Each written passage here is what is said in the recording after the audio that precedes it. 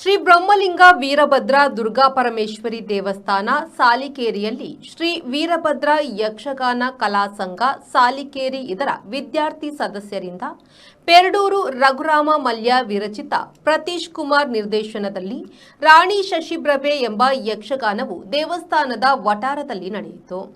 ದೇವಸ್ಥಾನದಲ್ಲಿ ನಾನಾ ಭಾಗದ ಭಕ್ತರಿಂದ ಸಾಮೂಹಿಕ ಶ್ರೀ ಸತ್ಯನಾರಾಯಣ ಪೂಜೆ ನಡೆಯಿತು. ದೇವಸ್ಥಾನದ ಆಡಳಿತ ಮುಕ್ತೇಸರ ಸುರೇಶ್ ಶೆಟ್ಟಿಗಾರ್, ಇನ್ನಿತರ ಪದಾಧಿಕಾರಿಗಳು, ತಂತ್ರಿಗಳು, ಅರ್ಚಕರು, ವಾರಂಬಳ್ಳಿಯವರು, ಹೆಗ್ಡೆ ಅವರು, ಸೇವಾ ಸಮಿತಿ, ಅಭಿವೃದ್ಧಿ ಟ್ರಸ್ಟ್, ಆರುಮಾಗಣೆ, 7 ಗ್ರಾಮದ 10 ಸಮಸ್ತರು ಉಪಸ್ಥಿತರಿದ್ದರು.